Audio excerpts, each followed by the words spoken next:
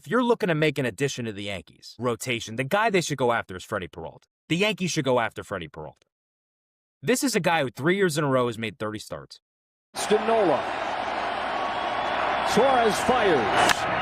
Pop fly. Right field. Segura's out. Castellanos on. And the Philadelphia Phillies are going to the World Series. There's actually a lot going on around the Boston Red Sox right now. And in a way, it feels like the perfect time to take a step back and look at the bigger picture. What's going on, everybody? Welcome back to Red Sea Radio. My name is Corbin, and thank you so much for clicking on this video. It's been a little while since we've done one of these broader recap-style videos where we touch on everything happening around the organization, not just the big splashy headlines. Lately, the focus on this channel has understandably been on Red Sox signings and Red Sox trades, especially considering Boston just made its biggest move of the offseason. But with spring training approaching and roster decisions looming, it felt like the right moment to circle back and talk about all the other important storylines quietly developing behind the scenes. Now, even though this video is mostly about the underlying news surrounding the Red Sox, there is still one roster-related topic we absolutely have to talk about, and that's the catching situation.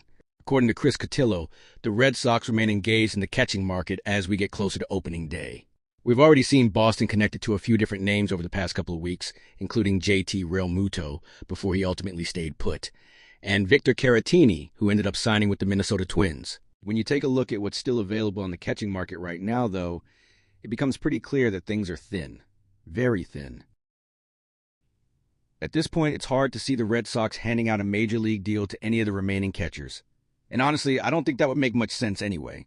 Connor Wong, for all of his struggles last season, is still likely going to be cheaper than most of these veterans would be on a guaranteed contract. And when you really break it down, it's difficult to argue that any of the remaining free agent catchers represent a meaningful upgrade over Wong in a backup role. It feels pretty clear that Carlos Narváez is expected to be the primary catcher going forward, at least as things stand right now. So the question the Red Sox seem to be asking isn't who's our starter, but rather, is there someone out there who can give us better depth, better insurance, or legitimate competition? If Boston does make a move here, it feels far more likely to be a minor league flyer than anything else. One name that stands out in that category is Jonah Heim. Yes, his most recent season was rough. There's no sugarcoating that. But historically, he's been a strong defensive catcher, and there have been stretches in his career where he's been productive at the plate. On a minor league deal, that kind of profile makes some sense. Another interesting idea that Cotillo floated was a reunion with Christian Vázquez. At this stage of his career, Vázquez doesn't really bring much with the bat anymore, but he remains a solid defender and a veteran presence who knows the organization inside and out. Ultimately, this doesn't feel like a situation where the Red Sox are gearing up to make a headline-grabbing signing. This feels more like a just-in-case move. Someone you invite to spring training, someone you evaluate up close, someone who can either push Connor Wong if he continues to struggle or serve as immediate depth if injuries or performance issues pop up. It's not flashy, but it's the kind of move smart teams make, and it's definitely something to keep an eye on over the next couple of weeks.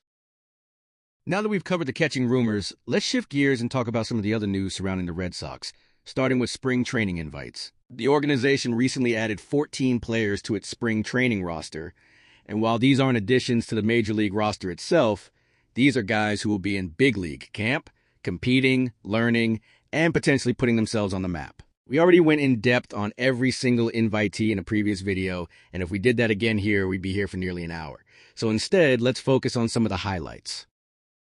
On the position player side, the name that immediately jumps out is Mikey Romero.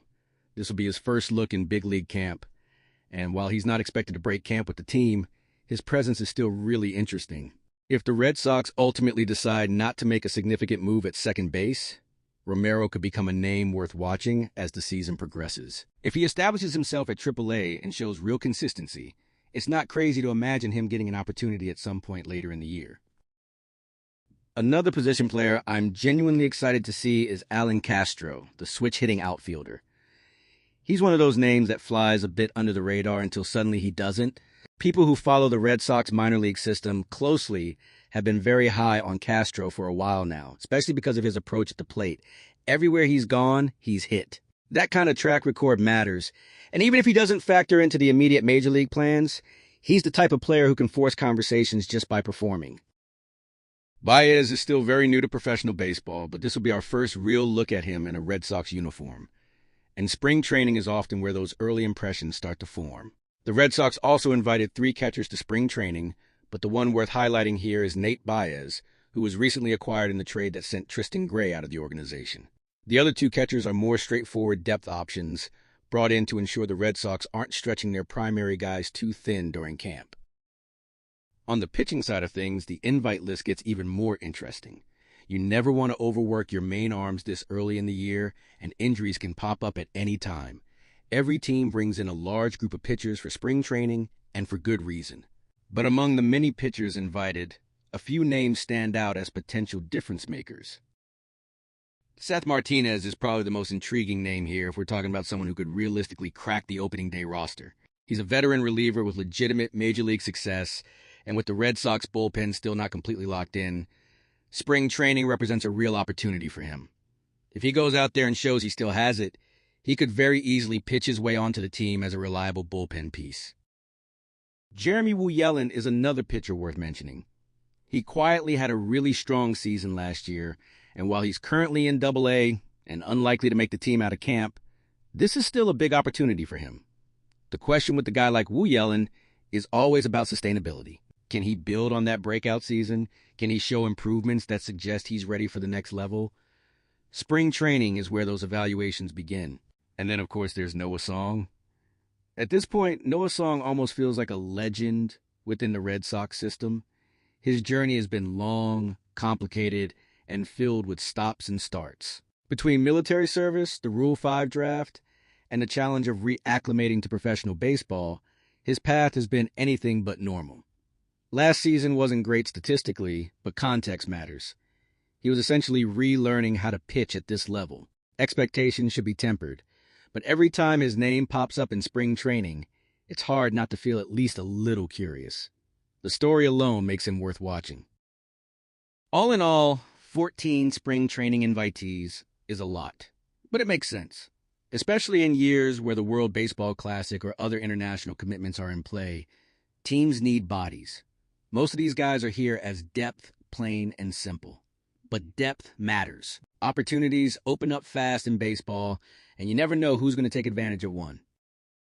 The final major topic we need to touch on is prospect rankings, because those lists are starting to roll out across baseball media, and once again, the Red Sox are well represented.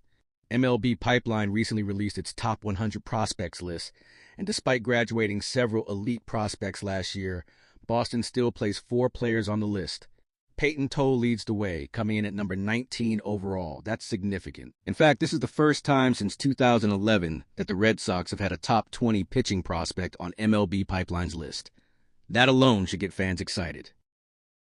Franklin Arias checks in at number 31, and while he sometimes gets overshadowed by higher-profile names, the industry is clearly very high on him.